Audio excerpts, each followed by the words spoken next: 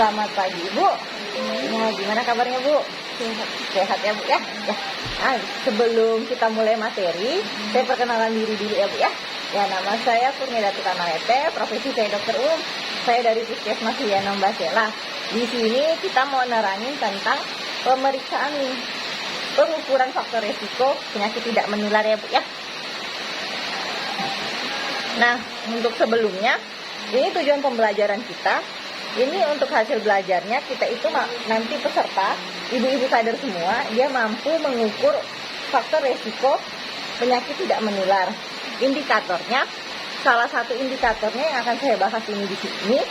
Nanti indikator hasil belajarnya, peserta kader, posyandu, itu dia mampu mengukur lingkar perut setiap peserta-peserta posyandu.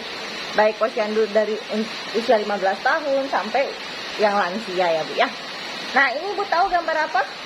Pita pengukur Bu. Ya betul Bu, ini pita pengukur. Nah, pita pengukur di sini ada fungsinya Bu. Dia itu nanti untuk mengukur lingkar perut ya Bu ya. Nah, ini saya akan jelasin tentang cara pengukuran lingkar perut. Lingkar perut itu kita periksanya itu kita cari dulu titik ukurnya yang di bawah ya. Di bawah ini tulang rusuk paling bawah kita cari di mana, kemudian tonjolan pinggang yang paling atas kita cari, kemudian kita ukur nih Bu. Ada kita ukur, terus titik tengahnya kita ambil, baru kita ukurkan melingkar seperti ini. Nah, nanti itu hasilnya kalau untuk perempuan normalnya dia kurang dari 80. Kalau laki-laki dia kurang dari 90. Kalau lebih dari itu dia sudah masuk obesitas sentral Bu. Nah, Ibu ada pertanyaan? Jadi ini Bu, saya bertanya, sebenarnya apa hubungannya ini pengukuran lingkar perut untuk ini. Nah, pengukuran lingkar perut itu kita kan tadi kan ada batas nilai normalnya tuh Bu. Nah, batas nilai normalnya itu dari cewek di bawah 80, cowok di bawah 90. Kalau mereka misalkan lewat dari batas normalnya itu artinya udah masuk ke obesitas sentral. Nah, obesitas sentral itu dia masuk ke penyakit tidak menular. Jadi hubungannya kalau kita ketemu nih pasien-pasien dengan lingkar perut yang lebih dari nilai normal, berarti pasien tersebut atau lansia-lansia atau warga-warga masyarakat tersebut udah masuk ke obesitas sentral. Nanti boleh kita edukasi biar atur pola hidupnya, gaya hidupnya, biar obesitas sentralnya berkurang. Maksudnya lingkar perutnya berkurang, jadi dia nggak obesitas sentral lagi ya Bu ya. Nah, dari yang tadi kita pelajari itu tentang lingkar perut. Berarti nanti ibu-ibu semua wajib untuk mengerti cara mengukur lingkar perut ya Bu ya. Selain itu juga bisa untuk mengukur tinggi badan, berat badan, tapi di sini karena tentang lingkar perut jadi wajib untuk pandai mengukur lingkar perut masyarakat atau warga sekitar. Ya Bu ya. Oke.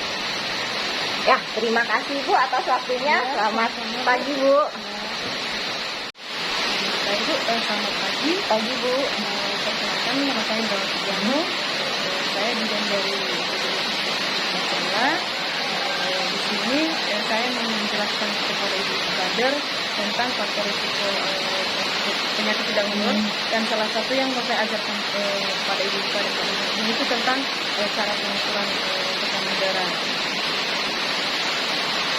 Jadi ibu-ibu, sebelum kita masuk ke materi selanjutnya, ini saya mau bertanya ibu, ini bisa menebak gambar apa?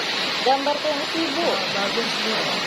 Jadi di sini saya akan menjelaskan tentang cara deteksi dini tekanan darah pada pasien yang kita temukan di lapangan.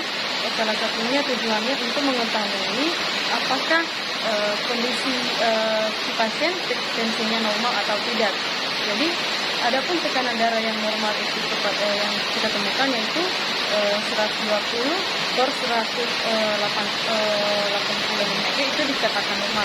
Sedangkan kalau sudah ini 120/130 atau 80 atau 90 mmHg dikatakan hipertensi. Jadi kalau misalnya kita udah temukan dia tensinya 140 atau 150/90 mmHg, itu pasiennya sudah dikatakan hipertensi derajat 1. Nah, di sini kita udah mulai hati-hati ya ibu kader. Jadi kalau kita menemukan pasiennya udah tensinya 140, kita bisa memberikan edukasi, kita kasih pemahaman bagaimana aktivitasnya, pola makannya. Nah, kemudian kalau dia udah tensinya 160 per 100 mmHg, itu sudah dikatakan hipertensi derajat 2. Nah, kita udah mulai hati-hati juga di sini. Nah, kalau dia lebih dari 140 per 90, kurang dari 90 mmHg, itu dikatakan hipertensi sistolik verifikasi.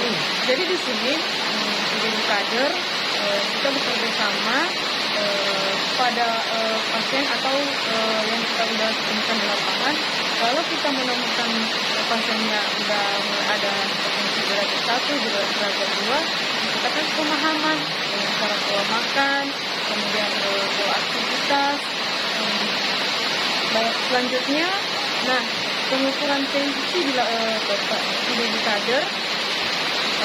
Cara pengukuran tensinya yaitu kita pastikan baterai tensinya udah pas posisinya dan sudah muncul di layar monitor angkanya. Baik, Bapak Ibu, demikian singkat yang saya jelaskan. Mungkin di pada ada yang bertanya. Bu, saya mau tanya, kan biasanya ada yang boleh pakai baju sama boleh lepas baju. Jadi bagusnya kita boleh pakai gesek atau gimana, Bu?